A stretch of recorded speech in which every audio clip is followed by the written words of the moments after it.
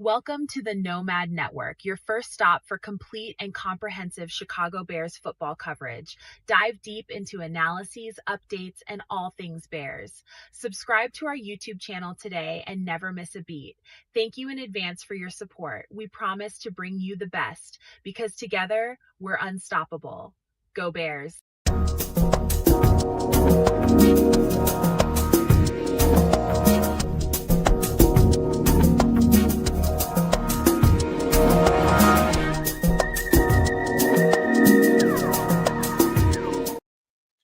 Yo, no maniacs. Welcome into a special edition of Some Extra Sauce, man. We're here on a Tuesday night. Why? It's because tomorrow's Christmas Eve, damn it. That's why. We had to get it in, man. And Trips is at a different location because everybody's already moving around, scrambling for the holidays. And I'm lucky enough to still be at home. Kids a Canuck, I don't know.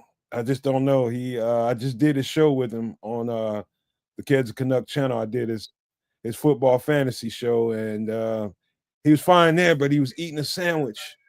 And unfortunately, under the circumstances, he might be asleep right now.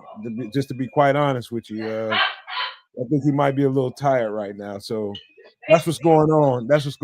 But nevertheless, we're gonna rock this thing like we always do. Thank you all for being here. Let me see who's in the chat right quick before we get going. I mean, look. First person in the chat, my guy, Smitty Q. Shout out to Smitty Q. Tim Basemore. Second one in here. All right, man. So, look, man, we're gonna get right on it real quick, Trip. So let's just go and introduce yourself, man, before we get into all that. Well, just say what up to everybody. If you partake with the holiday cheer and the festivities, cheers. And if you don't, hey, peace be unto you anyway, as it is that time of year for the festivities and such. Time to spend with the fam, friends, or whatevs. So, good evening, all. And being that this is the holiday season, we have been blessed with a playoff football team. So we got that going for us and going forward. And we still have to look forward as the best is yet to come. We've seen some good, we've seen some better, but we ain't even seen the best yet, y'all. So cheers to the best that's coming on. Hey, you know what? That is the best thing about the situation, knowing. And shout out to Crim who just busted up in here. He says, "Ain't it grand that finally have a good old line?" Oh, I can't wait to the Bears conversation. Oh, I can't wait to the Bears conversation. We got a lot of stuff to talk about there, and we're gonna get on it pretty quick. So hang in there, you guys. We're gonna get on that pretty quick. It's not gonna be the same show because we're in the holiday season. We can't do everything we want to do. Shout out to White Ghost that just busted up in here. But yeah, we're gonna get to it pretty quick. Let's start off being human, Trips, man. How other than moving around for the holidays, how you feeling, man? What's been going on with your world? Well, since the other day we were all together, not much has changed, not much updated, but as you can tell, I'm in a different locale because of the holiday, and so down in the city, hanging out with the fam, and that's always a beautiful experience you know when you're younger and you're all in the same household or same vicinity. You take it for granted, but when you get older and you get a few thousand miles away, the times you can come back together, it's like special. So you enjoy it.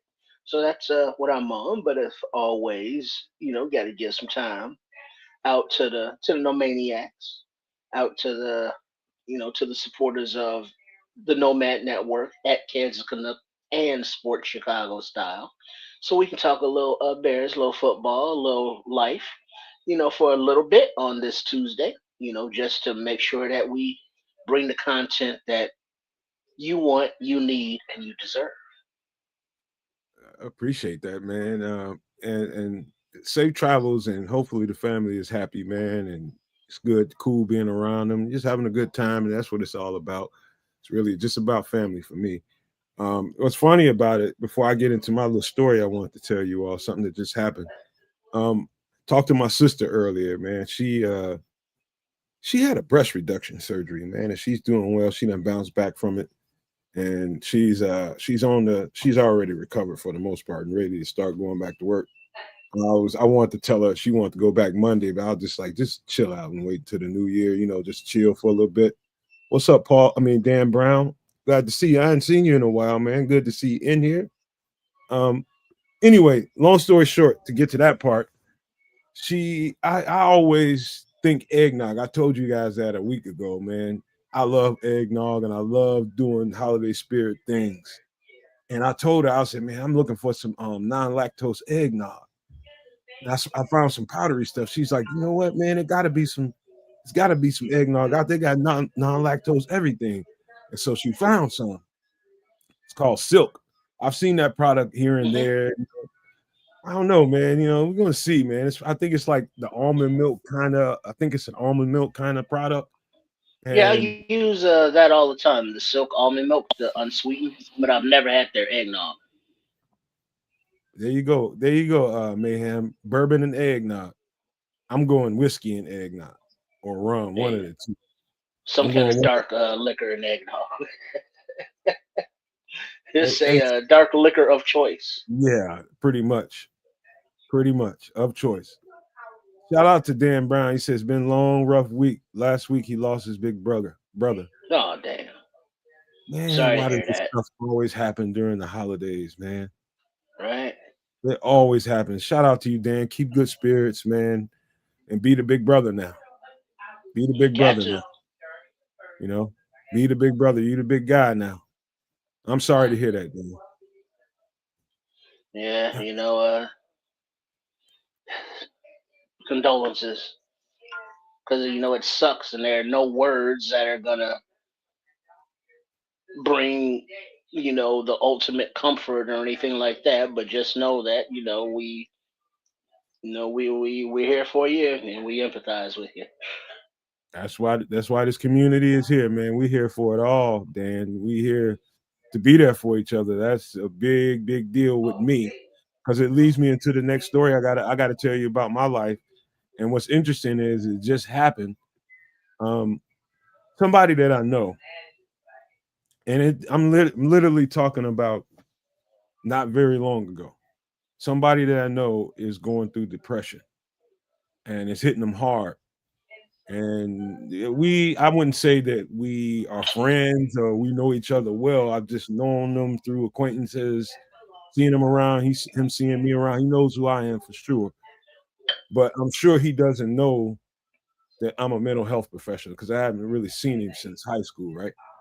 And long story short, I just run into a scroll on Facebook, and he's going through it, and he just put it out there in the open, and you can tell it's it's called he's reaching out for help. And one of the things about me is being prepared for these kinds of moments. It's like my life has already been designed for me to be there for people that go through stuff like that, to help them walk through some darkness and get them to where they can see some light and see things, see it again. And sometimes that's what depression is for a lot of people. Me being a person that doesn't experience it, being around people that's going through it and having to walk people through that so many times, Trip, it's like my heart just aches for people like that because the description of how they feel about that disease, it's hard to wrap your mind around when you first hear it the first time. Somebody that goes through that in a serious way, it's hard to wrap your mind around. It's just like, how do people feel that way about life? But then you do it enough times and you go through it enough times and you realize that sometimes people slip into a dark place and don't know how to get themselves out of it. So I told my man, I said, look, I got something to do right now, but when I'm done, I'm wide open for whatever you need. I will help shepherd you through this, man. And he's just like, I've already tried. I'm like, listen, you haven't tried it with me. You have not tried it with me. And trying to convince people that you can be that helping hand is not easy, man. So when we get done with the show, that's exactly where I'm gonna have to be. Yeah, there is a lot of different individual experiences that people have experienced traumatic experiences and just gone through trauma. And it varies, how it affects people. Some are able to just kind of shake it off. Others, have it as a dark cloud over their entire life, and it's something that is not fixable because things that happened in the past, you can't go back, you can't change them, you can't undo things.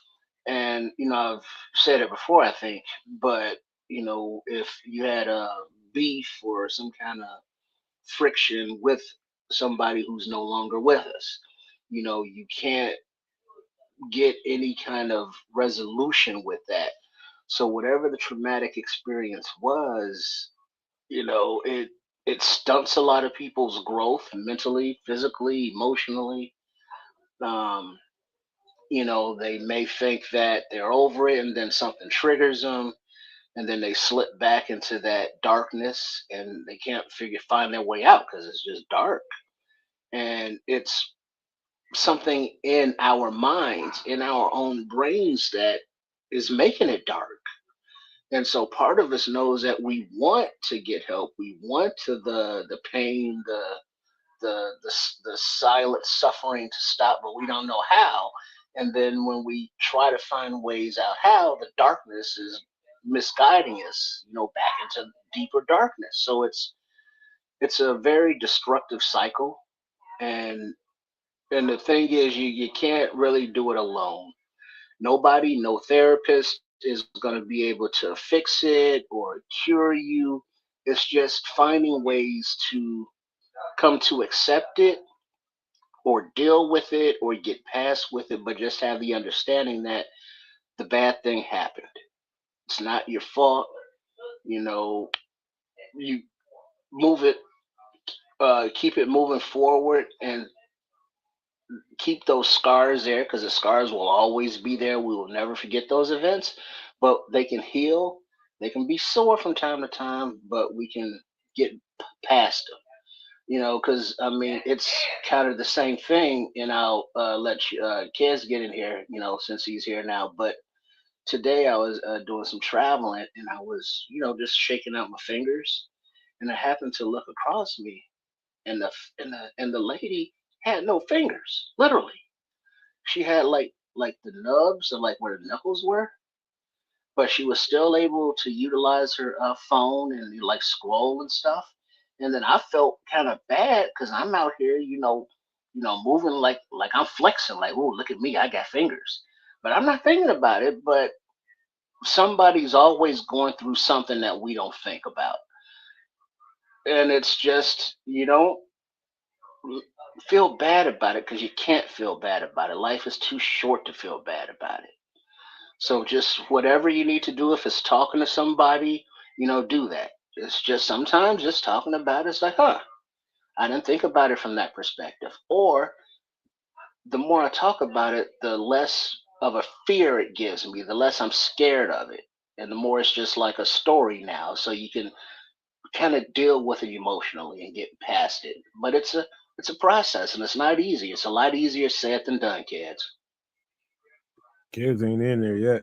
He's eating I could have something. sworn I thought it popped. I thought something He's popped down up. there. Kids is here. Kids is trying to figure out what you're talking about. What are you talking about? Well, let me Well, let me the, see. let me I was go kind of let ahead. me hoping start you'd all actually over. you'd actually So uh, let me announce it. just tell you how. What up, Relentless Mikey, Mini Star? Yeah, we live, man. It's just two streams going on. Don't be confused. Just follow the voice. Just follow the voice. All right. So I told him, well, you already know I'm a mental health professional. Been doing that for a long time. And one of the things that I did is I opened myself up during COVID because there was a lot of people, saw a lot of people struggling and they was expressing themselves online. And I'm just like, we all sitting around and not doing anything. Why not apply myself? And I really did.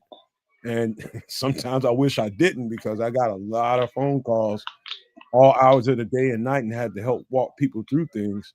But then instead of being frustrated about all of that, I had to come to grips with what my calling is. And part of my calling is to assist people in times of need, man. Help shepherd people through darkness is what it is. And somebody I'm acquainted with is going through that. And I was telling Trish the story how I just came across it online, and I told him, I said I reached out to him, and I told him that's exactly what I'm gonna have to do when I get off of here. No matter how late it is, I'm gonna have to help him.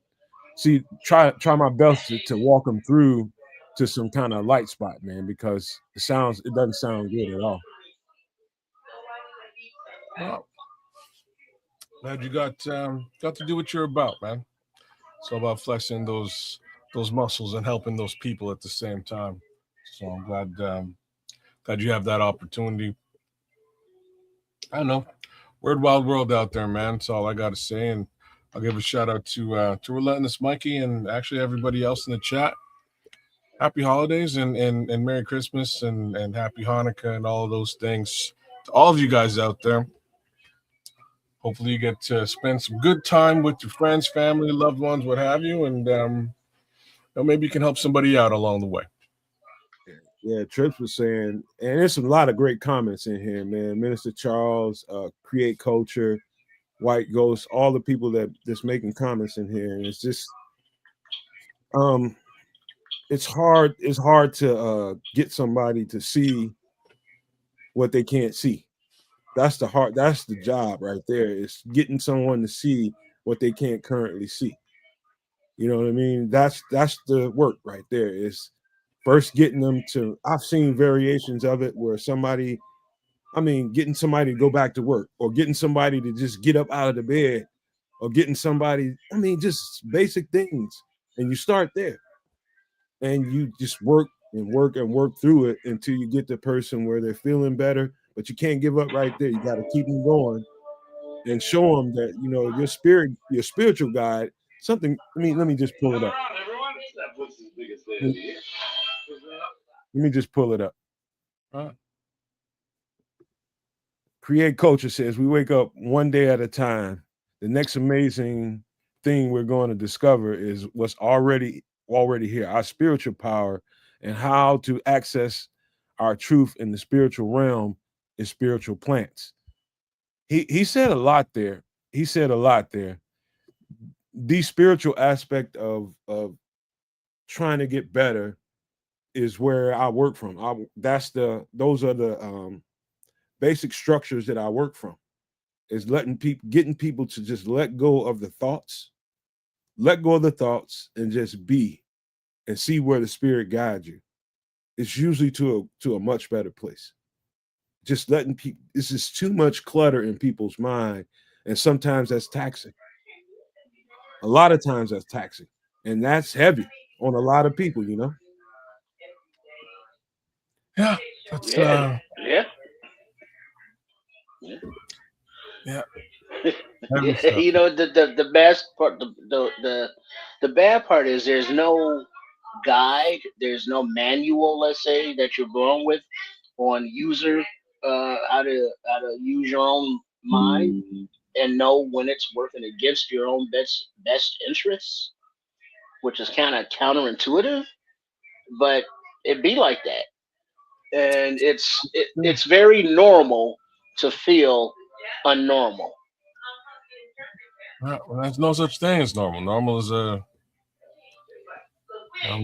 myth. You are who you are, and you go through these things on your own to a degree, and you can only share what you have with others and see if it is close to some level of normalcy. But all bets are off at the end of the day. You truly walk this earth all by themselves. Happy Kwanzaa, as Harley Wildhog would have it as well.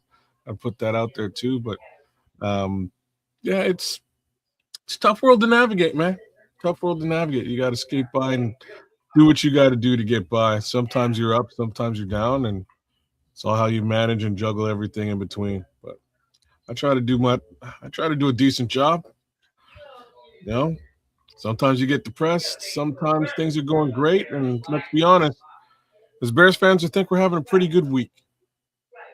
Hey, man, I love the comments in here. I wish I can speak to them all, man, because it's some great comments, some great feedback in here. and I really do want to speak to it all. But we got to hurry up and keep it moving. Only because Trips he's got a little time deadline that he's got to meet. So we just got to hop on it. And what we're gonna do this time, we're gonna hop on drinks first. And I hate to be short about that because to me it's a deep conversation and it's worth having. I can go on for hours talking about it, but we need to hop onto some drinky drinks. And I ain't got a whole lot of complicated stuff right here, but this is just a suggestion for the holidays, a cheap ass suggestion. And we're gonna see what y'all think about this cold duck. I don't know if you ever heard of that, kids. I don't know what y'all do in Canada, but in the poor folks neighborhoods, come holiday time, whether it's Christmas, whether it's New Year's, we all get champagne around here. And champagne-like things. This is a very champagne-esque drink. Have you ever heard of it? No, I've never heard of this at all. You never heard of cold ducks? Never heard of cold duck or Andre, to be honest with you. Who's Andre? Why is this duck cold? Hey, that's personal. This is you know what's funny about this, y'all? My girlfriend had no clue what it was when I met her. And now it's a tradition every year about this time. She fell in love with it. Not only that time, it's gonna be here this holiday season as well. I took this to a work Christmas party, took like 6 bottles of that thing up in there, and all the white girls was in there like, hey, what's this? What's this? Cracked that shit open, man. They was tearing that shit up, dude. Tearing it the fuck up. It's a cheap. You can probably get this for like $7.99 or something like that. Yeah, that was like the predecessor of Boone's Farm. Predecessor. It's an old drink, man. It's been around like since. Well, yeah, because I mean the cold duck was like the Fred Sanford era, but it was that cheap wine, quote unquote. And as the generations change, it filtered on down to like Boone's Farm. Sham Pipple. Yeah, you don't know nothing about that. You don't know nothing about that. You say settle down. Yeah, You're not on that level quite yet. No, not this guy. Hey, you know what? Create culture. I will tear down some Asti Spumante in a minute. If depending on what's in the house, man. If this is in the house, Asti's in the house, I'm on it. I like sparkling wine. I like champagne. I know it gives a lot of people headaches. I'm not one of them people. You probably just drank too much of it and didn't. If you get that, you probably just didn't hydrate well enough. That's mostly what that is. But that's this drink. Any other thoughts about cold duck now? Nah. Yeah, that's like one of those holiday sip long kind of things, ain't it? Oh yeah, this is definitely holiday stuff. Trust me when I tell you guys. Pull this, go get you some of this shit. And everybody's going through hard times right now, unless you're rich. Everybody's got some financial situation that they're dealing with. And you need to go, you want to have a good time on a budget. This is the aisle you need to go down. Go down the cheap liquor aisle and find you some cold duck. This just sounds like a hangover waiting to happen. It's not. It looks like it, but it ain't. Okay. This ain't sweet. It's it's sweet. Sweet. That's what I'm saying. It's like a dry sweet. Yeah, it's got some fizz and bubble to it. So it basically it cuts through the sweet. Okay. The carbonation to it. Yeah, right. But it's not as sweet as it's not bitter or No. it'll make you like blah blah blah. No, it's very good on the palate. It tastes really, really good, man. Yeah. All right. Here's the next one. This is the last drink. Kids, take the fuck off because I know. Oh, this is my drink right here. This is my drink. This is the Moscow Mule. I drink this all the time.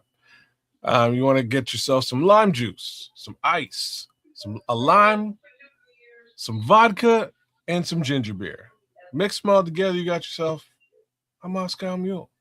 Now, the thing about a Moscow Mule is you want to drink it, and this is not how you see it here, but you want to drink it in a copper mug. It's like a thing. It just seems to taste better in a copper mug. I don't know why, but you drink it in a copper mug. So I went out and got myself a bunch of copper mugs just for this purpose, and I share love with a little bit of Moscow Mule here every so often. I did it last holiday season. I might do it tomorrow. To be honest with you, now that I think about it, I got some vodka. Yeah, maybe I'll do it tomorrow. Maybe I'll get some Moscow Mule going. Kids, I have to be totally honest. Never heard of it until I met y'all. Till I met you, till I met this community. Never ever heard of the drink called a Moscow Mule. Number one. Number two, I've tasted ginger beer once in my life, and it's been so long ago. I've forgotten what it tastes like. Well, I can remind you real quick. I had a Pretty ginger beer ginger, but legit 2 hours ago. It goes down smooth, but you're gonna get that burny, spicy, gingery aftertaste. It's like ginger ale. It's like a jerk major ginger ale. You know what I mean? It's like an asshole made the ginger ale. That's basically the best way I could put it. You get all the fizz, but it is that just overbearing ginger. Like ginger's a weird thing, man. Ginger's just it can be an overbearing flavor profile to add into any food. A lot of the time it's amazing, but in ginger beer it's just a little bit overbearing, and you wonder, why did I drink this? Well, the answer is you added some lime and some vodka to it with a little bit of ice, and now you're in good with a Moscow Mule. You can drink ginger beer all day long in that case. But to that degree, for those of you who like a Ryan Ginger, it's kind of similar. A lot of folks who swear by the Ryan Ginger, once introduced to the Moscow Mule, they're like, oh, okay, like this kind of got a similar flavor profile. It's not bad. I like it though. It's been my drink of choice for the last little while. I gotta say, man, it's a lot of people out here that don't know what the taste of ginger is like. It's a lot of people that haven't experienced ginger. For a long time, I was one until I became experienced. And before I even tasted ginger, I tasted ginger beer. You know, and what I can tell you is, depending on how you are introduced to ginger can be very, very it can be very strong. Overbearing, man. It can a little goes a long way. Yeah. If you've ever had shrimp fried rice or any kind of fried rice, you've had ginger. You probably had some ginger in there. Yeah, it's one of those flavors, man, that you're like, oh, this shrimp fried rice is really good, and it's either, oh, this is really good, or it's something weird about this shrimp fried rice, right? Like it may throw off your entire meat, man. It's just too much ginger. Yeah, man. We that's probably the fourth or fifth time I had ginger in my life. It was through some fried rice my girlfriend made. She found a recipe, and it told her to put this amount of ginger in it. I'm just gonna tell you right now, threw the whole damn dish off because it was way too much ginger. I couldn't eat it. Yeah, that's not something you go overboard with. A dab would do you, because it goes in when you saute the garlic. You don't go equal garlic to ginger.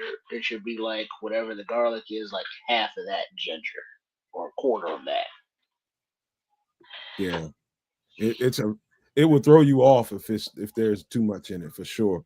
So anybody that hasn't tried ginger the first time, my advice to you is ease the hell into it. Yeah. You know, the only place that I like ginger with sushi is a great thing. I know to give you slices of raw ginger, but it's actually really, really nice with sushi. Take that for what it's worth. Anyways, all right. I'll tell you what, man. We're gonna roll through this, man. Now we got some food to talk about. Any last thoughts on Moscow Mule? I'm gonna try this, man. I'm gonna try this just to see, because Kez might be one of them people that keeps ginger beer in the house. I don't. I never used to, but I do now. And like, let's be real about this one. I used to hate ginger beer. I thought it was nasty. I was like, if I'm gonna drink beer, I'm trying to get, you know what I mean? I'm trying to get smashed. But it's one beer that ain't gonna get you drunk. But after a while, mix it up this way, it'll get you drunk. So now I'm in. Like that was all it was missing. And create culture is so right. Ginger, he said, I'm gonna read what he says. He says ginger should be used raw as a medicine for addictive for health juices. Listen, let me tell you something. I've done some researches on ginger. It's got a lot of medicinal quality to it. Lots of it. Lots of it's got antioxidants in it. Ginger has a lot of it's a reason why you see Jamaicans living to like damn near 200 years old. What's the there's a tea that you make. You simmer some water with some raw ginger in it, and then you filter it out, and then you put in honey, lemon, and something else. But Turmeric. it's turmeric. There you go. Thank you. And that's a very healthy, beneficial concoction. Yeah, that's the basis of like my smoothie. Those few ingredients. Then I'll throw in some protein powder and some additional fruit. Beat that stuff up, and that's breakfast.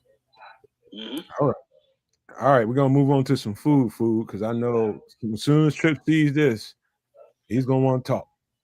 I'm gonna do Well, you have to read from me because I can't see it on this screen. all right. Meal Cares can do it, but here we go. The Looks chili. like some kind of burger. Go ahead, Cares, you can take over, man. Good. All right, chili smash burger, Mm. grated sweet onion, brioche bun, roasted chilies, olive oil, butter, salt and pepper, green chili sauce, ground Angus, and some mayonnaise. Looks delicious. Yeah, you got a lot of flavors going on in there. Oh yeah.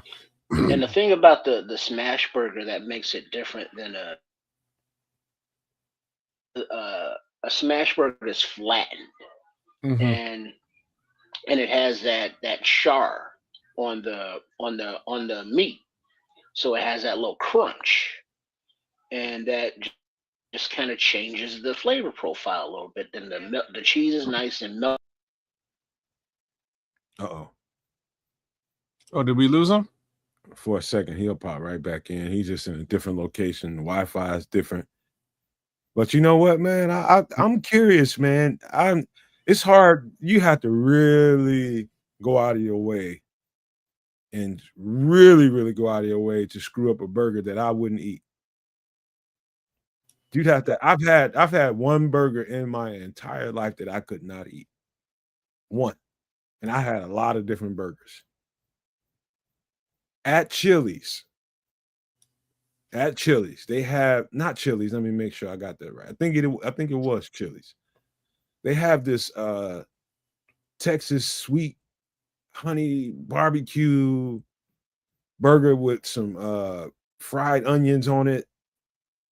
And it was so sweet, dude. Oh, It was so sweet. I felt like I bit that thing twice just to make sure. The first time I was just like, oh shit, this is too sweet. I'm just like, all right. And the girl that was with me, she's just like, try it one more time. Just at least try another bite because she bought the meal. I fucked it. No, I can do it, man. That's the only burger in my life I couldn't eat. Any other burger, you have to really go out of your way to fuck that burger up. I don't know. I've never had a burger. There's never been a burger I couldn't eat. I gotta say. Was it just the barbecue sauce that made it so sweet, or what? Yeah, it was the barbecue sauce. I guess the take on it was to make a sweet burger. And me, sweet, and burger don't get along, man. First of all, I don't like sweet on my burger at all. I don't even like the sweet bread pickles that come with some of that shit. I'll take that shit off. I want dill. I'm just me and my palate. That's just what I like. You know, I don't like sweetness mixed in with any kind of meat really that I'm eating. Well, I don't know. Yeah, I've had some sweet burgers and non-sweet burgers. It's all the same to me, man. As long as it's cooked correctly. Honestly, the place that I go to get a burger now, man, out of all the places I have at my disposal, I go to a little local pub Their burger is made of ground chuck, and it is melt in your mouth good. I can't compare it to anywhere else. Period. But I just brought a bunch of business folks up to this little spot to have a burger with me the other day, and they're like, "Damn, man, like this burger is so good." I was like, you know what I'm saying? Because I was like, y'all paying for the meal, so like, you know what I mean? Like we could be doing some steak here, we could be doing some real food, but I want you guys to test this burger out and tell me if I'm crazy. Am I crazy, or is this one of the best burgers you've ever had? And they're like, hands down. Shout out to Greenfields, man. Greenfields, you make a stellar burger. I don't know what it is. I assume it's really just quality of the ingredients. But man, this burger is stellar. So good. This burger right here. Now, there's nothing about this burger that I'm not all over. There is absolutely nothing about it. Only thing that gives me pause is I've run into some green chili that will fire your ass up. I run into some green chili that will fire you up. I have some red chili that is like, and I put a little bit in my last batch of chili that I was making at home. My Lord, man, I couldn't figure out what caused just the flames, but it was the chili. It was a chili powder I added, and the wife couldn't eat it at all. So, man, I got to take it easy. I just would eat this burger. I'd eat it twice, but I know for a fact that if I eat this whole burger, I'm gonna struggle a little bit. I ain't gonna say struggle, but I can't go nowhere the next day. Hey man, well, if you're gonna take that attitude, you know what you got to have with it.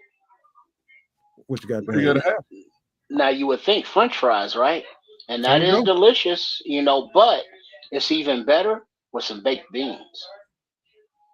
And that's a little too filling for me. Well, you already gonna have the itis, might as well just go ahead and have the itis. Fair enough. Am I the only one that's had some too hot green chili? No, well, I've had too hot red, but not green. Well, sometimes you can have not too hot green, but have too many of the not hot green, and then that heat adds up. Man, this burger looks so good to me. And it's a smash burger. Holy crap. The brioche bun is underrated, just for the record, for people. Yeah, the sweetness, very sweet. Yeah, you talking about the contrast in flavors. You talking about a tart kind of, it's a little spice there, and then you combine a little sweet to it. I'm not the biggest brioche bun guy, but depending on, like, if you get a really, like, I like them on a bacon and cheddar cheeseburger. A double now, you bacon. know what else is like a brioche bun? Those King's Hawaiian. Yeah, I like King's Hawaiian. Yeah, it is very simple. Never had that. Never had a King's Hawaiian. They kind of almost remind me of like little slider sized kind of rolls, but they come in a little package in there, and they have that brioche kind of sweetness to them. Yeah, you gotta try those. You gotta order those if you need to, kids. You can get online and order that just to try it. I'll have to check it out. At least I haven't had it to my knowledge. Definitely had a brioche. Brioche is great. Had a few others, but at this point, I'm actually not eating buns at all, man. Straight up lettuce. Yeah. They got now. I think they got Hawaiian, keto rolls out there. I think. Damn, not eating no buns. I bet your wife is mad. She's eating buns. I'm not. You know what I mean? Like she's fine. She's good with it. There's no reciprocation. That's fucked up. No, you know what I'm saying? It's like, no, like there's certain things I can do. I ain't doing that. So she left me in the cold with that one, man. Get somebody to die. You know what I'm saying? All right. Any last thoughts on this? This I've never had this, just to be totally honest with you, but I know I would enjoy the dog shit out of it. I just don't know. Here's the thing. Here's a key. I got cut off before, but one of the key things, not only is it about being smashed, but it's about putting two smashed patties on top of one another to get the full effect. So it's not about just having a single layer smash burger. You know, that's fine, but to get the full effect, you need multiple layers. Yeah. Now, if you really want to get jiggy with it, get it like 3 or 4 patties going. Yeah.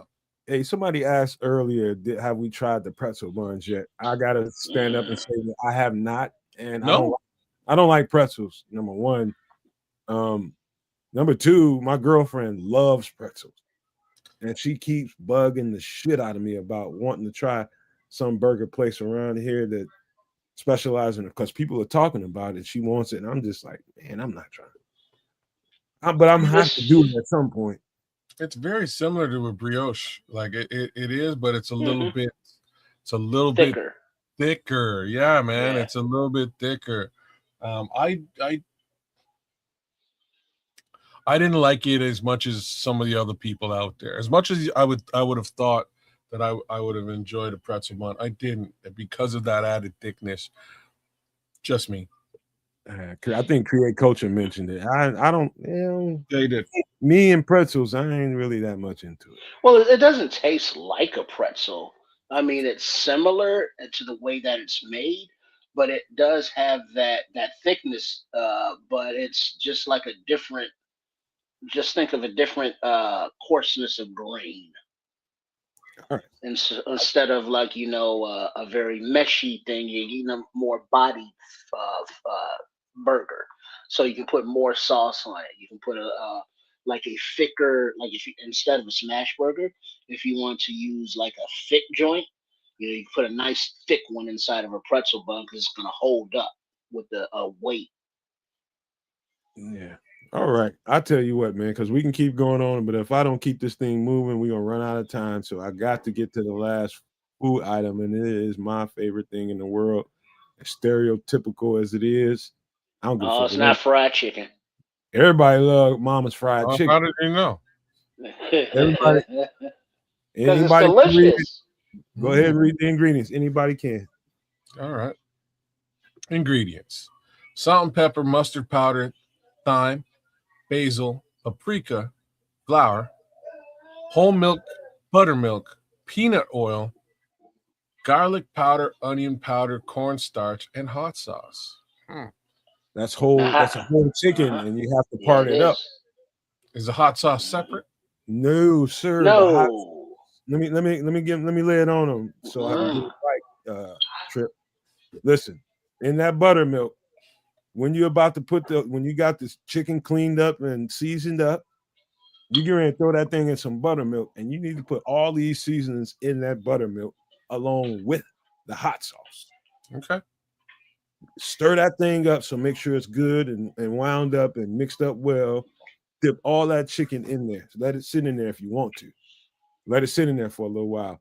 And you take that chicken dripping right out of that buttermilk seasoning, and you throw it in that flour, whether it's in a bowl, bag, like we do in the hood. Take that shit on up. And what I do to top this off, I would put my stuff in the freezer, or if there's no room in the freezer, I'll put it on the in the refrigerator and just turn the temperature down low so it gets really, really cold.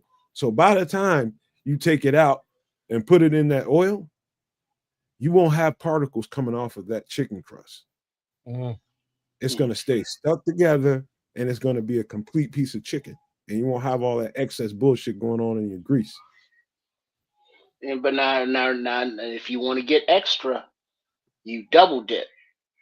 You put that double coating your batter on there. So you do that whole process that Nomad said, but after it comes out of the freezer or the refrigerator, now you put it back through the batter, the flour and the batter, and then that's you put gonna it make back that in the refrigerator. That's going to make that crust extremely thick. Extremely thick. Yeah, you're right. That's when you take that bite and it goes crunch. Yeah. This is shout out to Dan Brown. He says biggest weakness for him is fried chicken. That is definitely mine. Fried chicken. Fried chicken, I don't give a shit who you are. You can be from another damn planet, from another galaxy, solar system, and come here for the first time. Somebody hand you a piece of fried chicken. You ain't gonna want to leave. Some good fried chicken. Shit. That's what TR 808 planet's coming for. They heard we had the good Yardbird on this planet. They right. They are correct. But now here's the thing though. Now obviously when Nomad brought it up to Southern, you got, your mashed potatoes, you got your green beans, your veggies. But are you a hot sauce person? Are you a ketchup person? Are you a barbecue sauce person? Are you a hoisin sauce person? What condiment do you have on your fried chicken, if any? Hot sauce. Louisiana hot sauce, man. Almost without question or saying. Gotta be Louisiana. It's great. The heat profile isn't extreme. You know what I mean? If you've got you know what I mean? If you're a little sensitive to the spicy, it's not really that spicy a hot sauce. Hey kids, I got a secret to tell you. What? You know what the Louisiana people eat mostly down south? What? It ain't Louisiana. I bet you. What do they use? Tabasco? Franks. They use Texas Pete. They use Texas. Texas Pete in Louisiana. I seen more Texas Pete down there than I saw Louisiana. Interesting. Very interesting. I'm not surprised, but very interesting. I swear by Louisiana sauce. I love their sauce, man. It is so good. But now I gotta give a shout out to Chef Trips. We can't talk about food without giving him some love, because he did a video of homemade honey mustard that would be delicious on this, as well as a homemade Cane's sauce copycat. You're familiar with Cane's dipping chicken place? Yeah, I've never had it. All right, well, they have a specialty sauce that they have there for their dipping for their chicken that will also go awesome with fried chicken that you can make easy at home. So Great Culture has graduated to the sriracha. Are y'all down with the sriracha? Sriracha is a little too hot for me. See, it's so funny because it's not.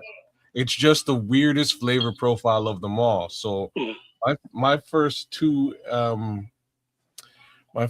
introductions to sriracha, I was like, I'm never having this. What sauce is this? You know what I mean? Remind me never to have this sauce on anything ever again. And my body did remind me that the following day. You know what I mean? The next time I had sriracha, because I had it on there's this one. Shout out to Osmos. There's this one sandwich chain here in Ontario, and their claim to fame is just like it's like mild, medium, hot, and then like obscenely, ridiculously hot. And what that means is just the amount of sriracha they're going to put on your sandwich. Always sriracha, but like if you're crazy, we'll put a whole bunch on. So my son goes out and he orders just like one of these just mad sriracha, and I'm eating this sandwich. I'm like, good Lord, why did you do this to me? But after that meal and suffering a little bit, sriracha ain't nothing. I can eat tons of sriracha on anything. Now that I'm used to the flavor profile, it's just a different flavor profile than anybody's really used to in this, this side of the Middle East. But once you get used to it, a little bit lighter than sriracha is shout out to the dude, but Valentina. Okay. It's got a little heat, a little sweet, a little tart. So it's like the best of all worlds. Mr. Charles said, "You motherfuckers that made me take some freezer out there. I mean, some chicken out the freezer for me." He ain't saying nothing. I said that. That'll get you there. All you do is see it. That's all it takes for me is a visual. Every freaking time. But here, hey, look, little trick to fried chicken. One of the things that I didn't do for a long time was add the cornstarch to the flour mixture. And it does bring another level to your crunch. The flaky. The cornstarch is a must-have. And I found out over the years now, there's some people that might argue with me up and down. I found out that the peanut oil is the best oil to cook chicken in, fried chicken in. or fry most anything in. I'm talking about deep frying now. My experience is some people might tell you, nope, lard, nope, vegetable oil, nope, this or that. From my experiences, peanut oil is the best thing to fry any deep fried food in. You got to have that, and you Yeah, got yeah, to. yeah. Because back in the day, it was all about the lard. Because I remember going to the store getting some lard, or what was that shit in the blue can? Crisco. Yeah, that's that old shit. They use half a can of that, put it in the skillet, and you watch it melt, and it's like, ooh, science. And then it's like, oh yeah, that's where the chicken goes swimming in and it comes out crispy and delicious. But it's what do they say nowadays? Canola oil, almond oil, there's all kind of stuff. But also a note that it's not the same consistency, but you can substitute for buttermilk by using any kind of milk you want, whole milk or like an almond milk, and vinegar. Mm. Mix a portion of that up, let it sit for about 5, 10, 15 minutes, and that's your little healthier, quick and easy buttermilk substitute. A Create Culture just mentioned. He said, man, are people putting oats in their flour? Man, I've seen people put all kind of shit in their flour. I've seen everything from fucking what you call those things, those little square little cheese thing, Cheez-Its. I've seen Cheez-Its. I've seen motherfuckers crushing up potato chips and shit, putting Mm. all that shit in there, just trying to get the extra crunch. Man, you ain't gotta get all crazy with all that stuff. All you gotta do is just gotta Shit, do. Ritz crackers. Here's the thing. I'm telling you, Cornflakes. a hidden secret to frying chicken is the hot sauce, number one. The second thing is the cornstarch, two. And the third thing is once you put this thing together and you got it all floured up, make sure you go inside that bag and you smash that flour mixture onto your chicken. Make sure you get it all in and through that chicken. You Yeah. got to kind of smash it onto there. And Rubbing it, I mean, massage that meat. yeah, massage it on into there and then take it all out, lay it out on a grate in a Pause. pan, and you slide that thing in the refrigerator or the freezer and let it get consistent. Let it come together, get tight, and then when you put it in that grease, it's just going to be one piece. You won't see all those little particles floating off as soon as you put it in the hot grease. That's one of the secrets to that. It's the hot sauce, the cornstarch, and making sure you get that chicken and the covering to it, the coating on it, a consistency to it. And you have the best looking, tasting fried chicken in the world. Don't skip on those ingredients because that makes all the difference in the world, the taste. And unlike some of these social media trends and videos, season y'all's flour mixture. You Yeah. put your seasonings, your onion powder, your garlic powder, and such up in there. Don't flour your chicken or season your chicken. Mm-mm. Don't do that. And That's real just quick, a waste of chicken. yeah, real quick about the oil, another little added feature to the peanut oil, which is much more expensive than all these other oils out there. And let's say I fried a batch of chicken tomorrow, tripping kids. I can use that oil again for probably another 5 to 7 times. That Yeah. But now, one thing of oil. so you're doing it in actual, you're submerging the chicken in oil. You're not doing this in an air fryer. Oh no, if I'm gonna make deep fried chicken, I'm gonna make deep fried chicken, but I can do it in the air fryer as well. I'm just talking about the traditional way to do it. Mm. Yeah, they're still browns up by midway. They're still browns up by midway. As soon as you come out of midway and start heading south, you gotta head south or you won't ever see it. Right there on, I think it's Halstead. I think it's on Halstead. You're gonna run into a Browns right there on your left hand side. Yeah, it's still there and still good as shit. It was always about Browns that they didn't serve food that was not hot out the grease. It was like That's against their motto. Create Culture said he can't wait to try it. No, Oh, you I have got to never try it. used W9 MXR says, "Have I ever tried beef?" No, I've never tried beef tallow. Never Try who? beef Beef tallow. tallow. Oh yeah, I think Chef Trips was talking about that the other week.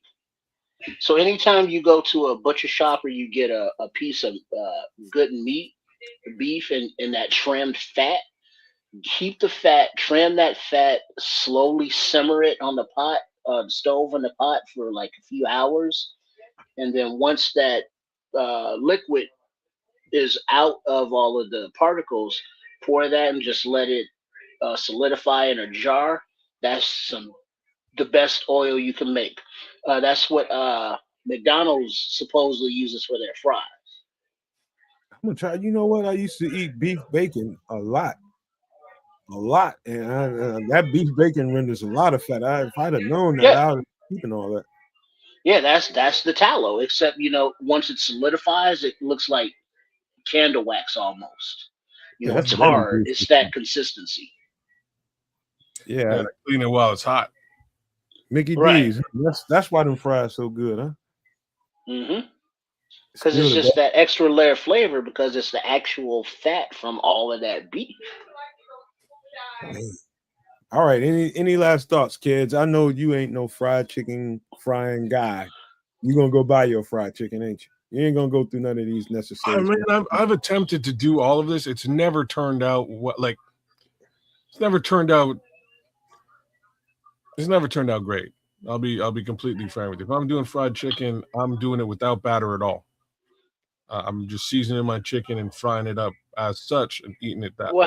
No, But it's not fried if there's no batter. You it just is fried. I'm frying it. There's just no batter. you just Oh. wasting. You should just put that in the air.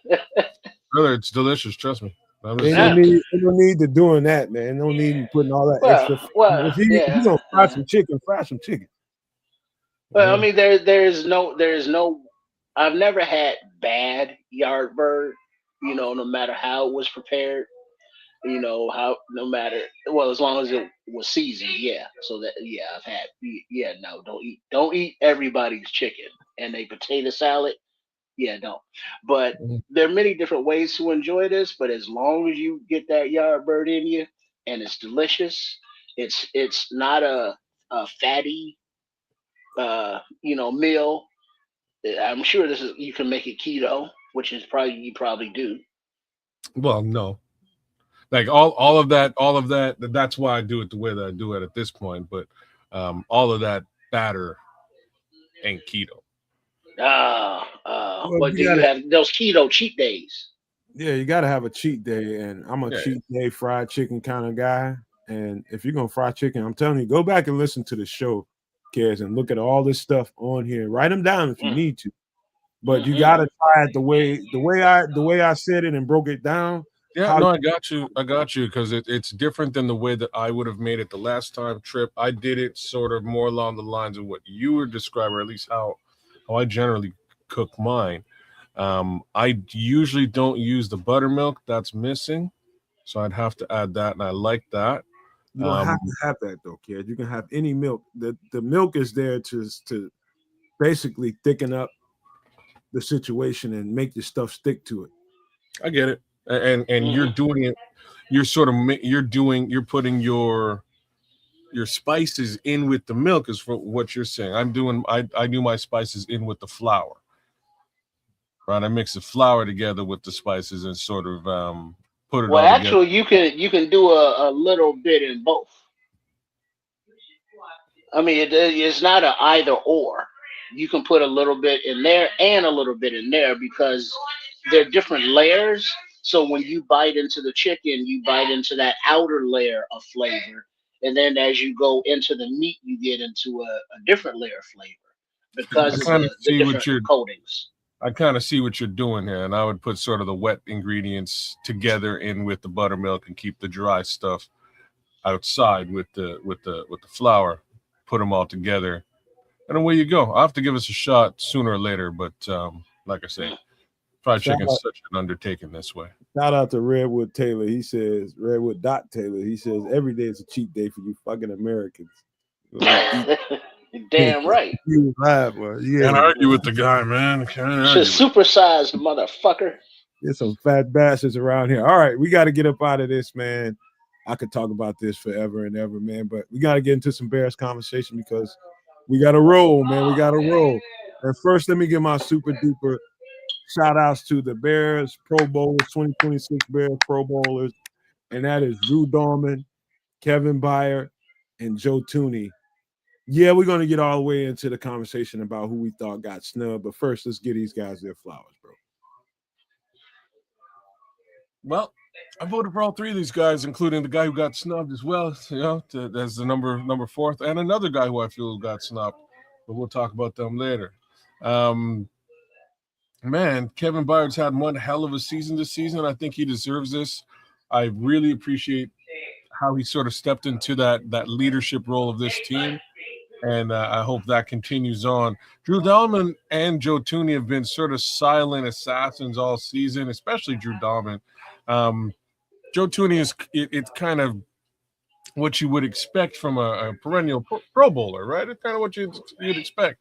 But Drew Dalman just quietly has had a smashing season at the center position, and you got to give him props. I'm glad he's received props because, wow, man, we've been really ailing at that particular position for a very long time. So glad we have him, and I'm glad his prowess is showing out.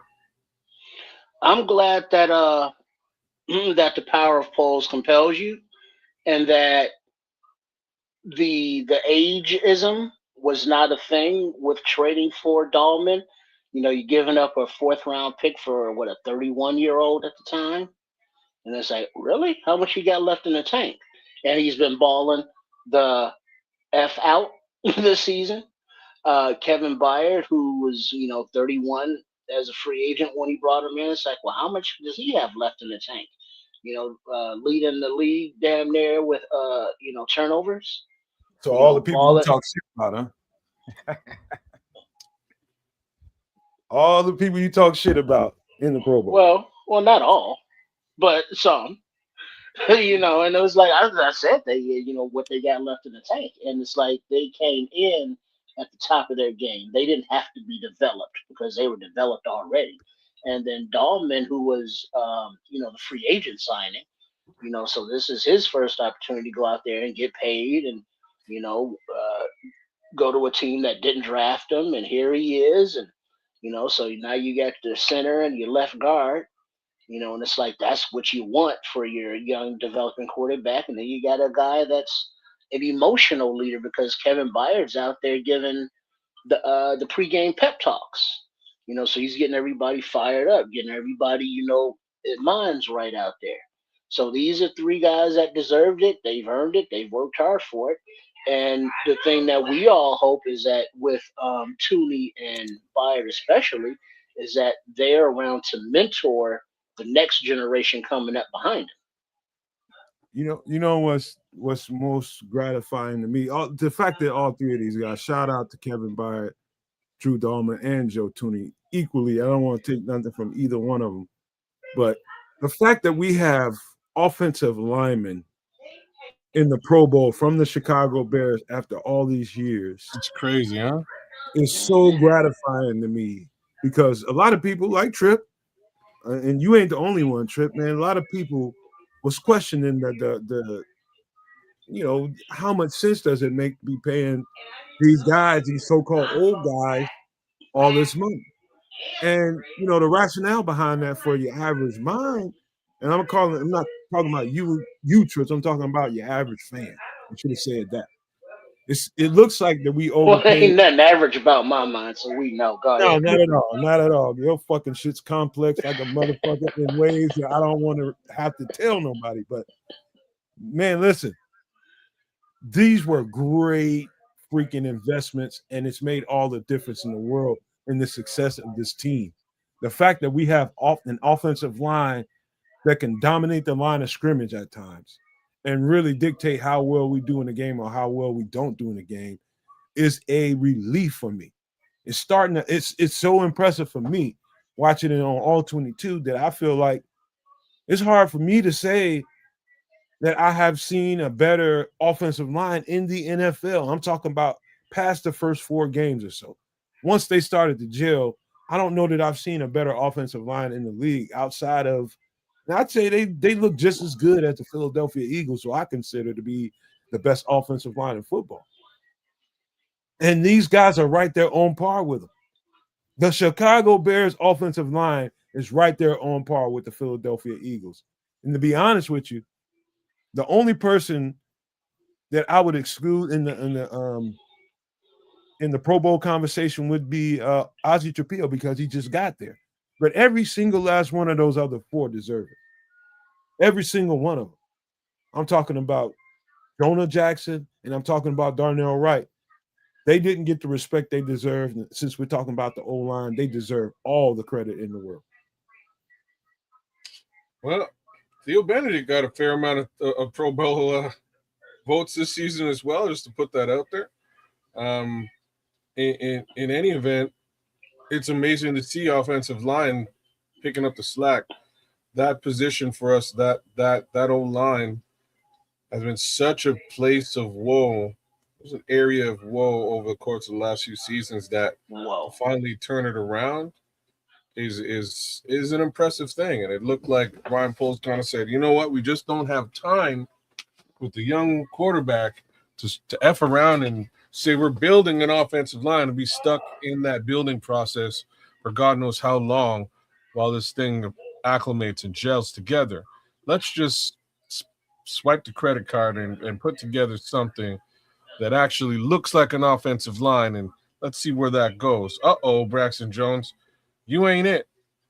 But now that we got a couple other guys that can fill that role, it's working, and working so well that I think the league has, well, with Pro Bowl nods, I guess the league has definitely noticed. They're agreeing with that sentiment, and I do think Ryan Poles deserves some credit in this regard. Yeah, definitely. And shout out to these guys, and we can keep it moving. And before I forget, the way my mind works, we were talking about pretzel buns. Steak burger was the burger I was going for to use for a pretzel bun. Steak burger. All right, go ahead. Mm-hmm. All right. Yeah, man. I mean, the impressiveness on this offensive line, I would, if I really, really layered it on, it might sound so homerish, and it's not cool. But I'm telling you, when I tell you guys, I'm talking about every no maniac, super no maniac, any fan of this network and this channel. You hear me talking week after week about this, about that. I cannot express to you how impressive this offensive line has been this year. At times, it struggled just like any other offensive line will do as a unit. There's times when they leak. There's times when they absolutely didn't play their best games. And I'm talking about these 2 guys on the screen too. They had some rough games. But overall, their great performances totally overshadowed some of their less than great play. I mean, absolutely dominant at times. There's no DeAndre Swift doing what he's done this year. There's no confidence in Al Monunga doing what he's doing without those guys up front. There's a reason why those guys seem like they're just chopping every team up they run across. It's because these guys set the tone.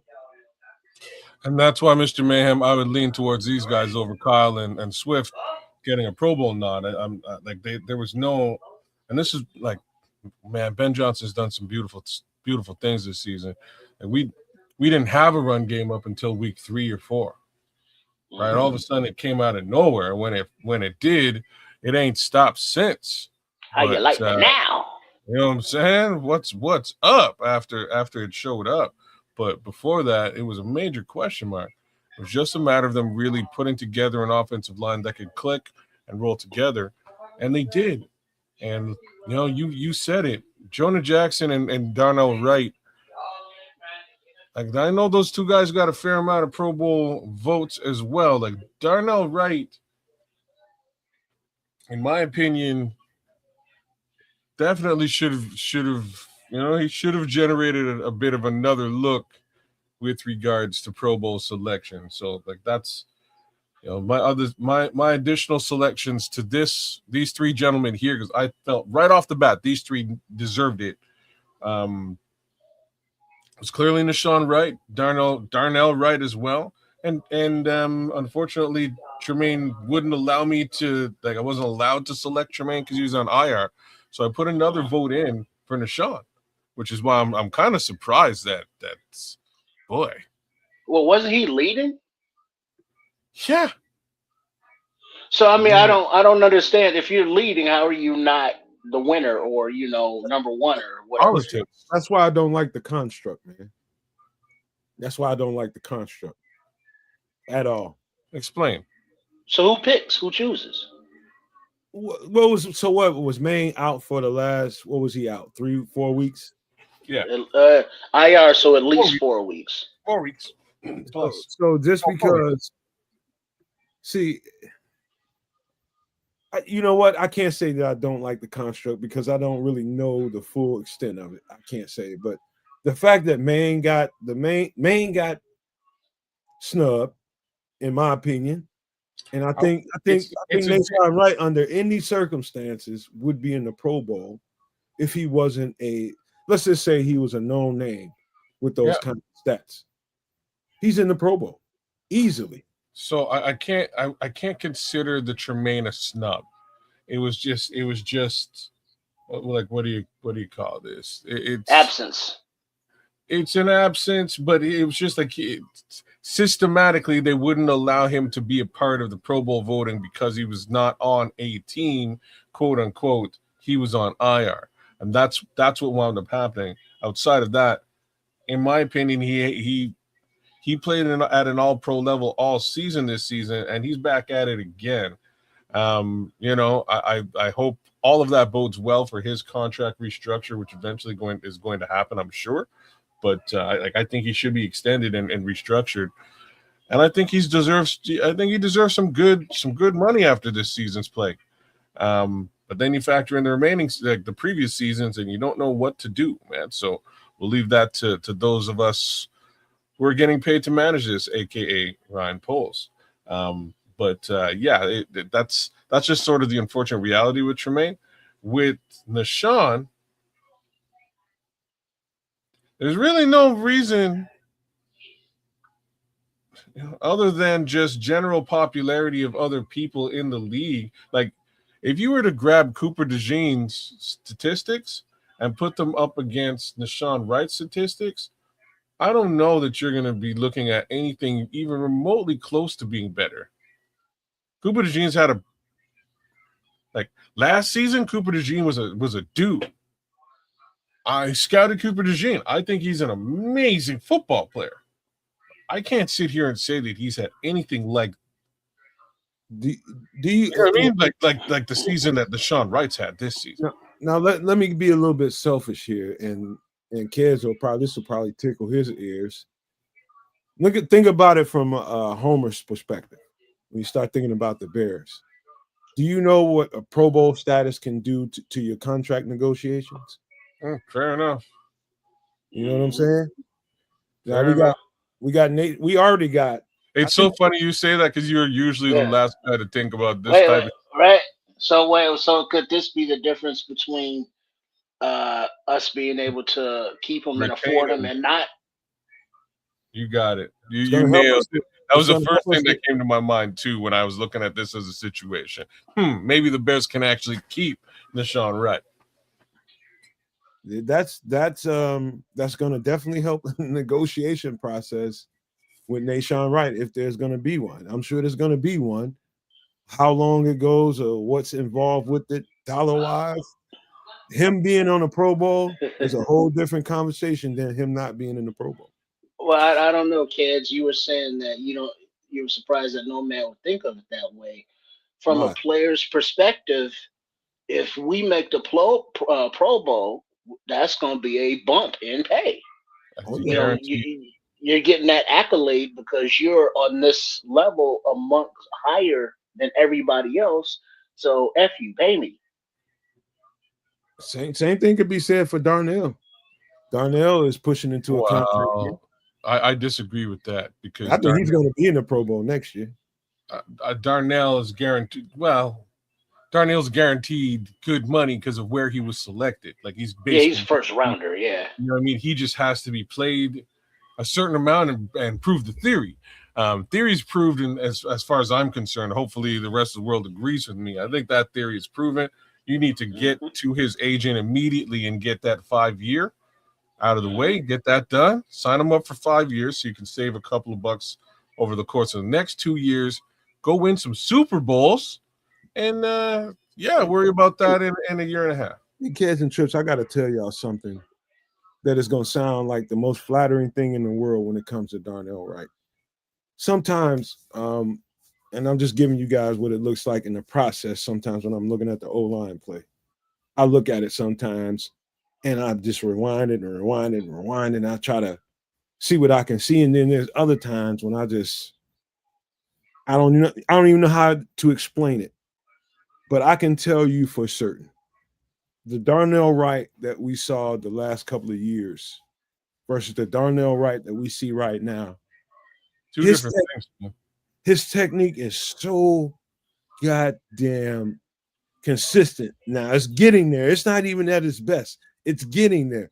And if Trips asked me or kids asked me, one of y'all asked me that I see the Teron Armstead interview, and I did see it. And it's something that Teron Armstead talked to him about. Was like, all you got to do is just be consistent. Just keep, asking questions and working on your technique. And you're going to be like the most dominant thing in the NFL at tackle. And I'm seeing it, dude. Like Darnell Wright was so flawlessly good with his technique this last game. At times, I'm just like, holy shit, this dude is going to be, he's going to be one of the highest paid tackles in the league. I agree. I'm telling you right now, he can be that dominant. I completely agree. There's really no flaw in his game per se. It's just going to continue on. Like that's all. He's just going to get better. So the Bears, you gotta get that 5 year out of the way. Make sure he's locked down at a decent rate that you can afford, because he's going to command a very high salary in 2 years. Well, the beauty of it is Tooney was extended a couple years, so he's getting paid, but it's not a absorbent amount. Dahlman was a free agent signing, but it was a economicable free agent signing. Jackson, didn't he get extended another couple years for a decent amount, but nothing bank breaking? Nope. And then your left tackle is a rookie. It's a rookie contract. And then your right tackle, he's getting his first extension. So your offensive line, if you're Ryan Poles, it's like, all right, we're pretty solidified. And then Luke Newman, who's coming off of, set for, a few years. So yeah, this is good. Set for 3 years running. That's sort of what I'm saying. They just need to re-up, just extend Darnell out for the 5th-year option, and you're in a really good place. You don't have to worry about this thing churning out or anything like that.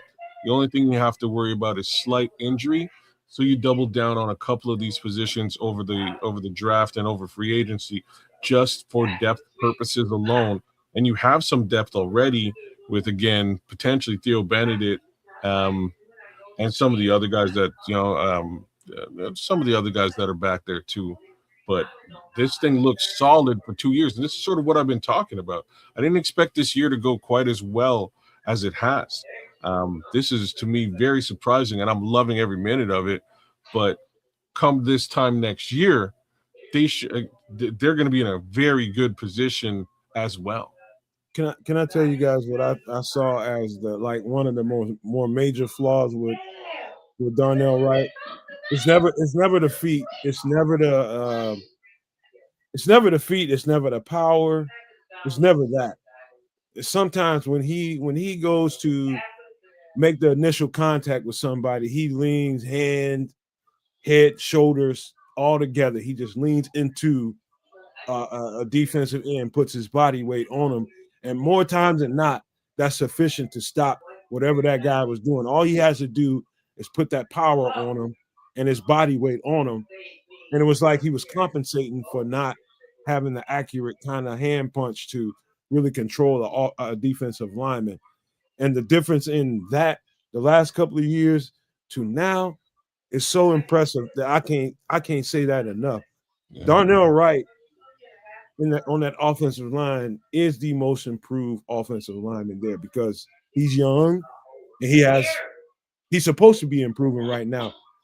Ozzie Tapio is looking good, but the jump from the last couple of years to now with Darnell Wright is amazing. I'm telling y'all. I agree. I concur. And in that respect, I voted for him to go to the Pro Bowl. I believe he's playing at a Pro Bowl caliber level, and I think it just gets better over the course of the next few years. So again, well done, Ryan Poles, in this respect, in drafting him as well as selecting these guys in free agency. But one more time, I don't know how. So Minister Charles said something interesting in the chat there, just in regards to Sean Wright, and it's that he's given up a couple of balls, and he's actually given up a decent amount of touchdowns. But the fact is, we should also look at his targets. I'm heavily under the impression that he was targeted a hell of a lot more than any other corner on this team, and maybe a lot more than a lot of corners out there in the league. Why? Because you're up against Tariq Stevenson on the other side or Jalen Johnson on the other side. All the more reason to target the undrafted rookie who sort of walked in here and made a name for himself. So that was to be expected. Check that. Wasn't he a fourth rounder? Maybe. Yeah, I think he was a fourth rounder, but he was on the practice squad. So I don't think he was a UDFA. A UDFA? Fair enough. But because remember, he was pretty toasty in the beginning of the season, but all of it wasn't because of a physical misplay. A couple times he's peeking in the backfield. A couple times he's looking at Bayer and Bayer's looking at him, or he's looking at Brisker and Brisker's looking at him, and it was just I thought you had him. No, I thought you had him, kind of thing. But because of his length with his arms up and his speed, he's able to make up for a lot of missteps.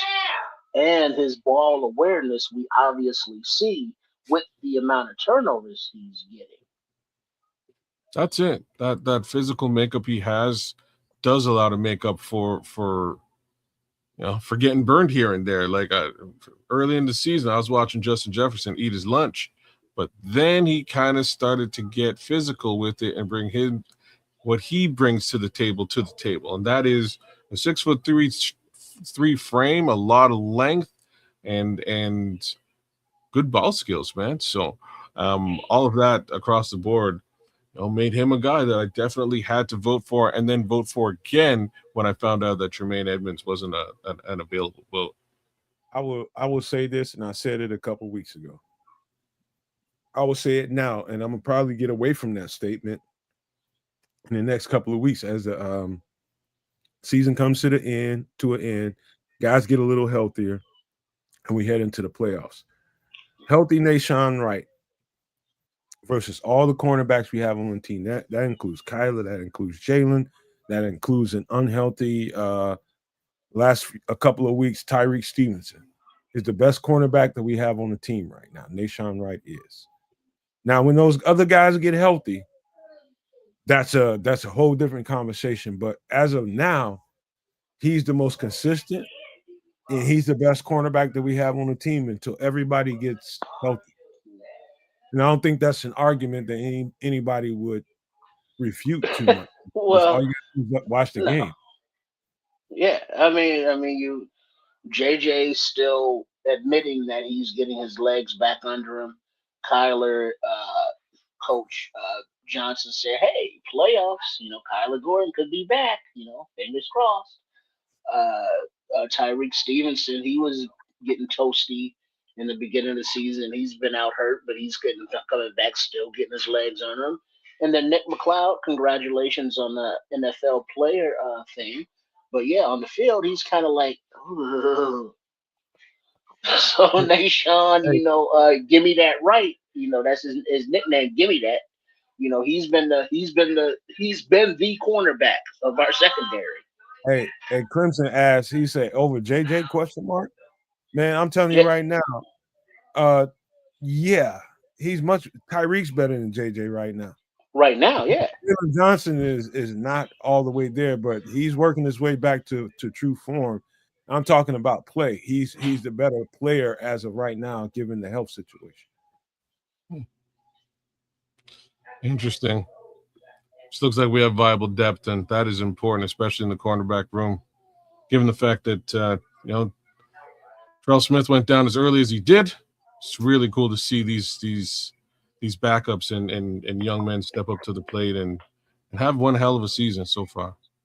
Well, I haven't heard anybody talking about, well, we got to take, whenever we pick in the first round, I still hear edge. Before it was like maybe left tackle, maybe running back. I'm not hearing left tackle or running back anymore. We're gonna get to there. Let me read.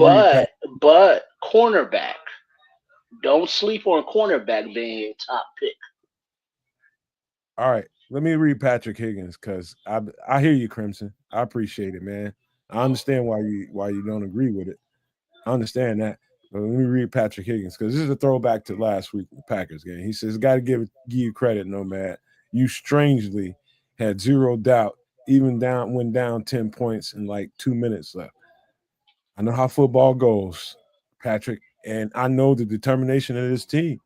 And they've proven to me time and time again, I probably wouldn't have had as much confidence if they hadn't proven to me over and over again what they can do with minimal time on the clock. They've shown it to us all over the entire season. And I just like they got a lot of time on the clock. Yeah, they can do this. This ain't no problem. It was a lot of time on the clock. As a matter of fact, I thought they would run some more clock before they took that shot to DJ at the end of the game. Me too. I did not see that one coming. When it hit the sky, I was like, oh my God, what is he doing? We should be running the foot. Oh shit, it's a touchdown. You know what I mean? Like that's where my brain was. Truth. Everybody tell the truth right now. Everybody in the chat, whether you're watching on the Nomad Network at Kids of Canuck or Sports Chicago Style, over under, and the number is at 10. How many times have you rewatched that touchdown pass? Oh, easily over 30 times. Oh, damn. Really? Oh, yeah. I think I saw it 6 times. I thought that was too much. Easily 30 times. Right on. Because that highlights is fun. It went instant classic, bro. It is. So just think about it, though. You got to take it for what it's worth. When has this ever been the result of a Chicago Bears football game? The 60-yard pass reception in the end zone, just like a completely unheard of football term. And hold on, kids, hold on. Let's set the cinema. Yes, let's please. go Martin Scorsese on it. What was the wind gust going? 30-mile-an-hour wind gust. And all season long, where the hell is Caleb's deep ball? Where the hell is Caleb's deep ball? Why is DJ Moore in at running back? What are we doing here? And now in the rivalry game, playoffs on the line at home, you have your stud wide receiver, DJ Moore, on a deep post taking that we haven't hit all goddamn year. This is what I'm saying. You ain't even really. This is just you're going through the trailer. This is just the trailer of the Scorsese because it gets even sweeter. Like 2 weeks ago we were wondering how come these two guys can't even hit each other in a single pass down to one target in a game type situation. Negative yards. Then you get in the game itself, and let's go back to that 2 weeks ago. The dude who picked you off in the end zone where everybody's saying, why didn't you hit DJ, is the dude who comes in, smokes DJ in the back in the first couple of minutes of the game on some I'm targeting you shit. Tell me he wasn't. Nailed the guy. The bomb is on this receiver who is draped all over DJ. Touchdown. Right? Like that. This is it was a cinema. It was cinema. It was the big payback on Nixon. Nixon got up and left Chicago. He didn't even show up for his post game press conference. He was you think these conversations that I have with you guys live during these shows are interesting? If I would show you a text thread of my teammates and people that I know that text me about the Bears, and I tell them some of the same stuff that I tell you guys, some of it, but in more explicit ways. But I tell them, and somebody texted me, probably about 5 or 6 of my teammates texted me. He's like, "Damn, this shit going just like you said." I was like, "Dog, it's just a matter of time. Eventually, the connectivity is gonna get there. I'm just watching the shit every week." And eventually, this shit's gonna come together. And what's strangely good about this team, I'm talking about offensively and defensively. Defense has its holes, and they're gonna continue to have holes here and there until everybody's healthy at the same time. But offensively, we've had the least amount of injury, and so they've been the healthier bunch of the group. And I told people, I was just like, eventually, the timing is gonna slow down for Caleb Williams. Everything is going to start clicking. All you got to do is play enough football, and the shit's going to start slowing down. And once he gets that deep ball accuracy and gets some confidence in it, you can forget it. Once he's confident in his deep ball and okay with letting that thing ride, and whoever he's throwing it to is going to come down and get it, this offense is a 40-burger machine waiting to happen. I'm telling you. I've been saying that all year long privately, but it gives me pause saying it live all the time. But I've said it a few times. I think What the hell song was that you were singing? Hello. Hello.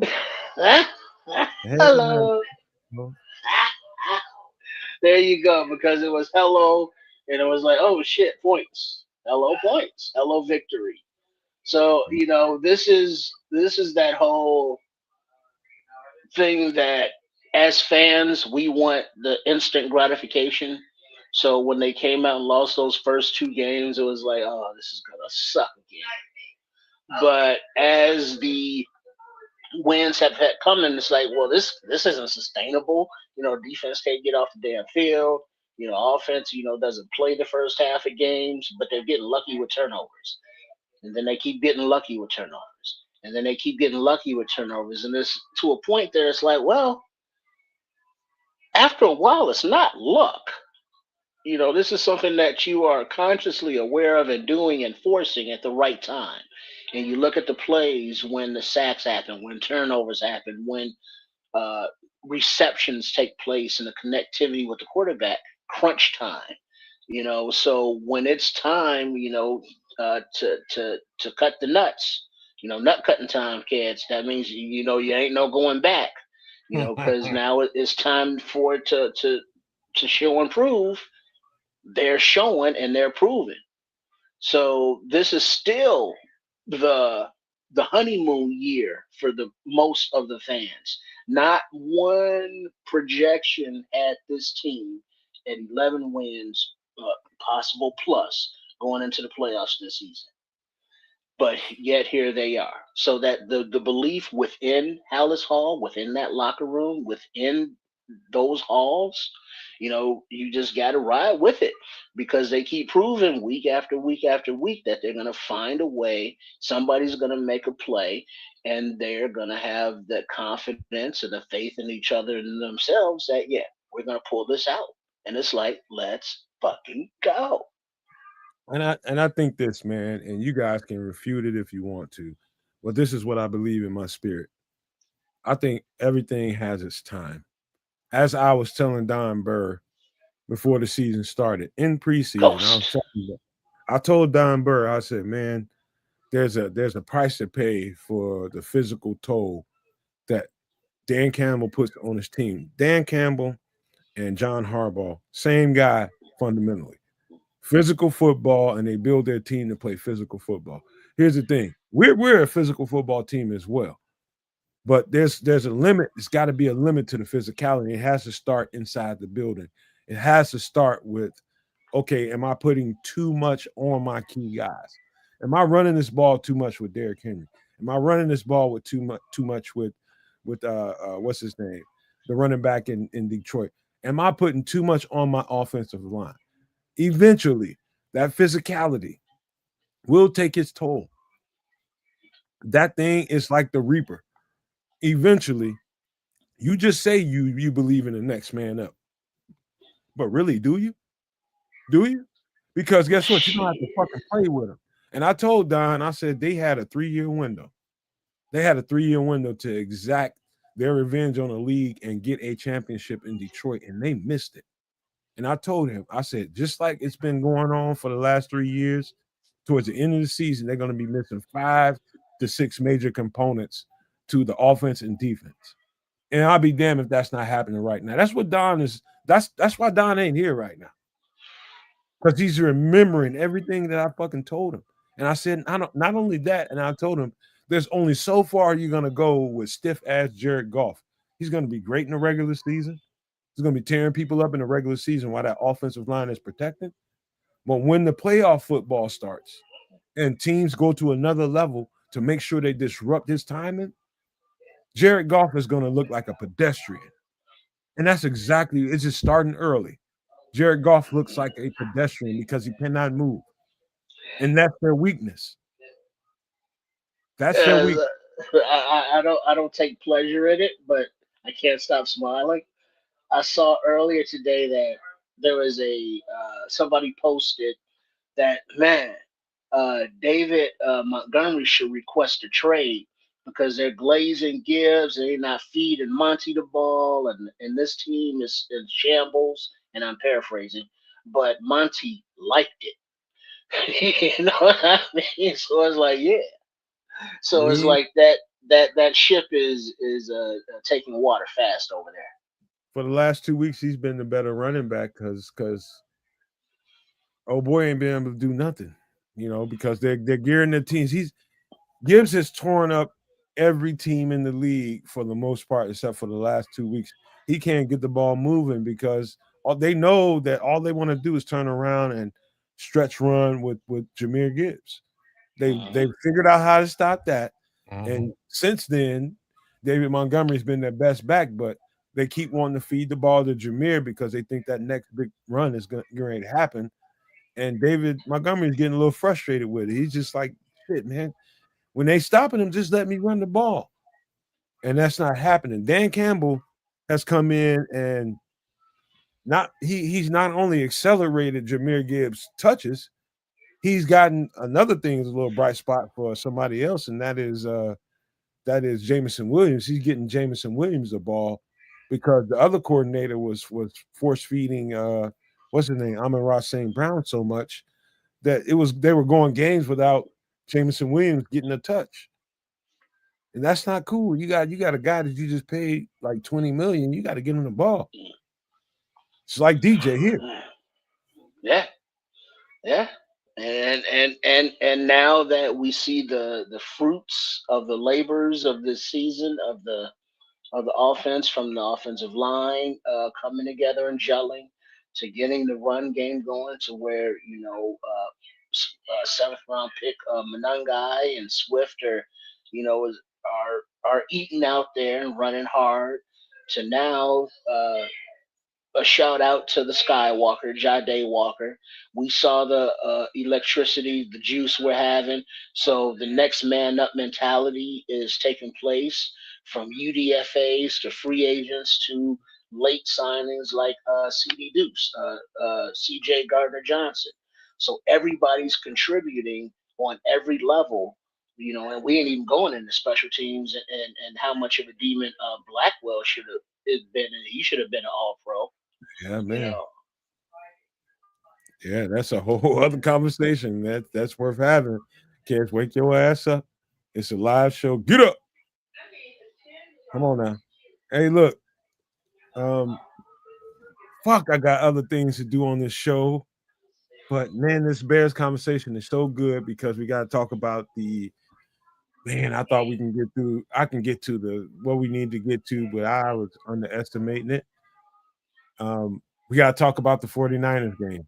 coming up, and do we think we can win? Let me just start this conversation off like this.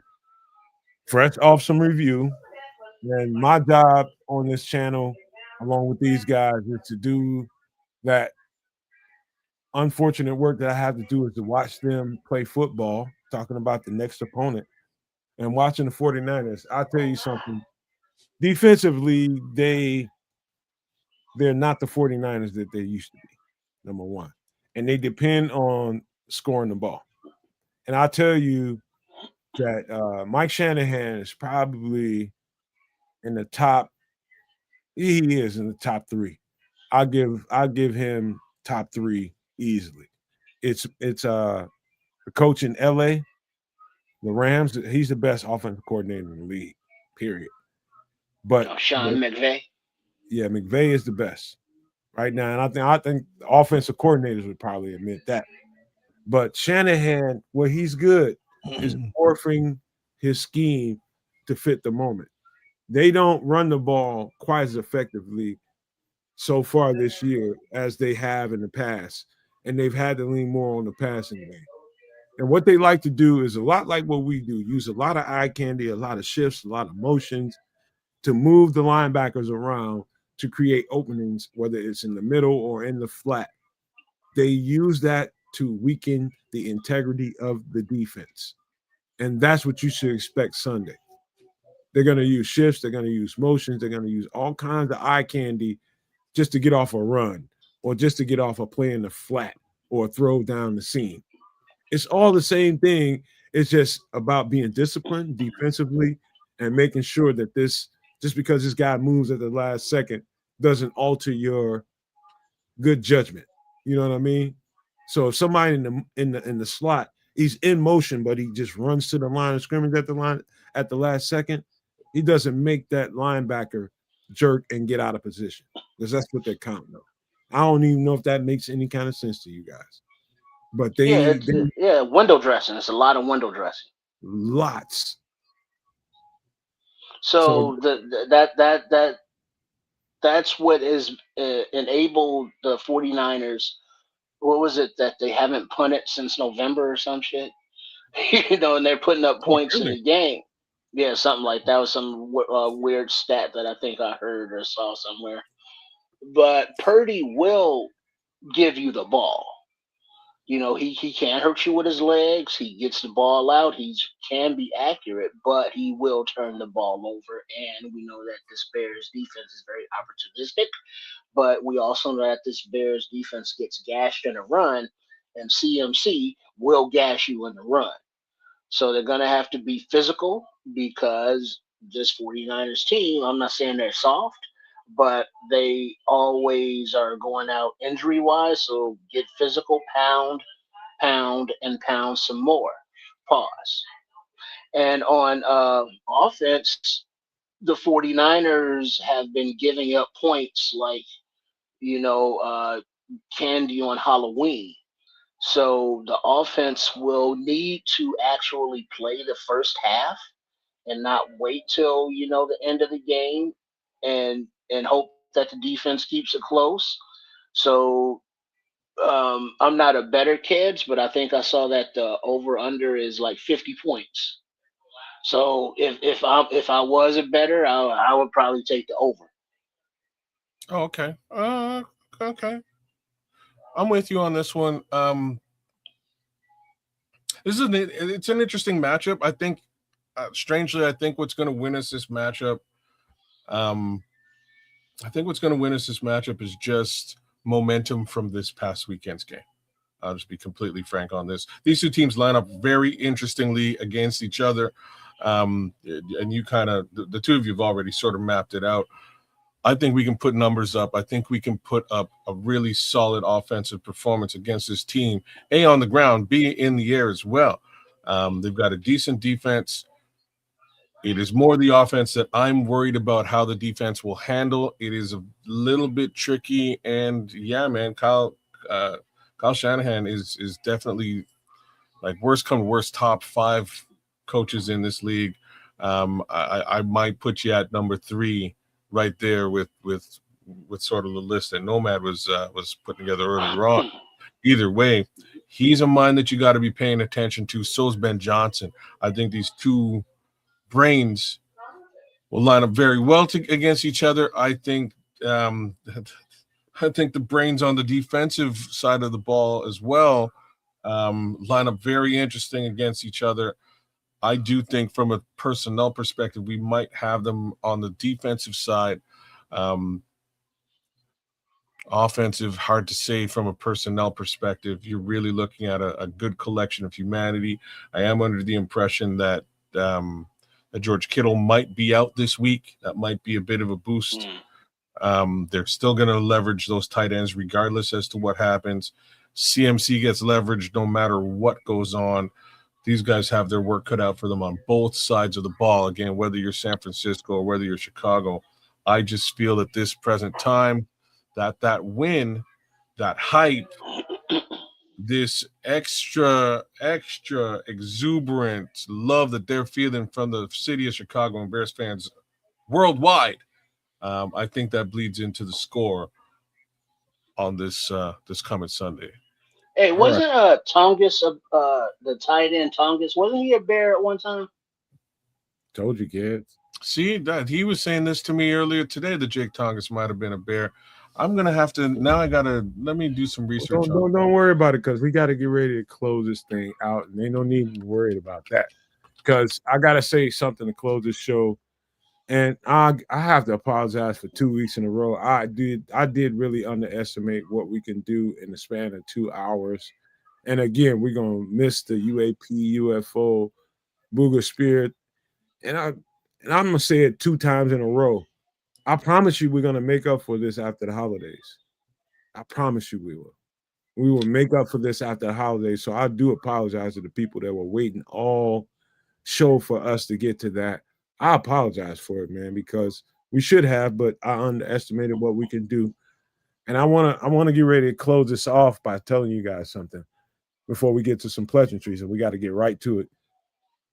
I do think the Dennis Allen man-to-man concept, blitz concept is going to help this matchup because of that. I think Brock Purdy and what the 49ers do plays well into the hands of a zone defense, a zone-heavy defense. It does play into that very well, and I think if you get him moving around and get him unsure about where to throw that ball to, which I know Dennis Allen can see that on film, that man-to-man concept is going to definitely work for us. We just got to get guys covered. We might not have Kittle to have to deal with this week, so that should make it a little bit easier. So I just wanted to say that, and we'll get to some more of that conversation before we do the pregame. While we do the pregame, we'll get to that conversation. But that's it for tonight, man. We got to get ready to get out of here. We got to close it off early. Just because it's the holidays and that's what time it is. And I got to pass it to kids. Don't worry about that stat, kids. I already got the stat. Let's just give some pleasantries and be quick about it because we got to get out. All right. Anyways, y'all, thanks for coming out. Happy holidays, y'all. Really appreciate the time that you guys spent with us this evening. We will be back at it there this weekend with respect to the San Francisco game versus the Chicago Bears. We'll do what we do, and you guys will love it as well. We'd love it if you join us. Give a like, share, subscribe at all 3 of these networks: Nomad Network, Keds and Canuck, and over at Sports Chicago Style. We would really appreciate your love and support as we do what we do. With that being said, I'll throw it down to my guy Triple R. What are your thoughts, bro? Just a shout out to everybody who this holiday week, maybe the people that used to share it with are gone, passed on, so you're not with anyone anymore. You have our memories. Cherish those memories, enjoy those memories, and look forward to maybe making some new ones. You never know. But just be aware that, you're in our community. We got love for you. We appreciate you hanging out with us, and we are just always happy to take the time to hang out with you on all of our individual networks as well as when we come together as a whole. So we'll see you Sunday night for the 49ers. Sunday night at 7 p.m. So we'll be live at 7 p.m. Central. Game is on at 7:20, so we'll be on 20 minutes ahead of time to give you a little breakdown and talk about it a little bit. I just want to thank you guys for being here, just like everybody else did. Yeah, Don Bird is gone. Ghost. Maybe we'll I, see him Christmas night, maybe. Christmas Eve night. Maybe. I doubt it. I doubt you see Don into the off season where he's a little bit more confident about what the Lions can do in the future. I think that's just how his mind works. But I just want to thank everybody for being here, man. It's been great. And I do apologize for the abbreviated show and not being able to get to all the content that we have planned. For 2 or 3 weeks straight, I've had stuff that we had planned, but had to shelf it because for the betterment of the production of the show, we had to do other things, and that's what's happening this week. And I just apologize to you all for that.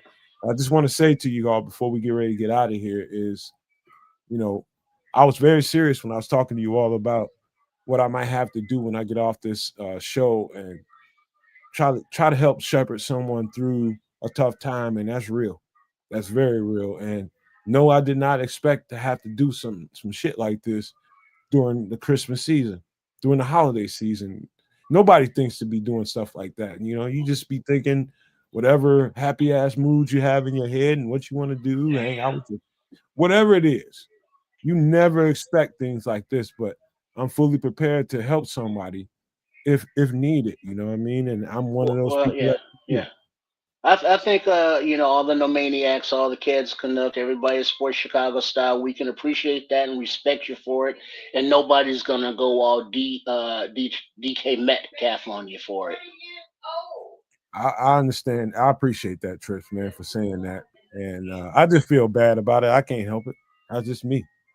But I Yeah, do love you all, and I want to say you guys have a Merry Christmas, Happy Holidays, however you receive it, and you guys enjoy each other, enjoy your people, enjoy whoever you're around, and find some light, because there is it's that there. I know the season does a lot to a lot of people, mentally and emotionally, as it does to everybody.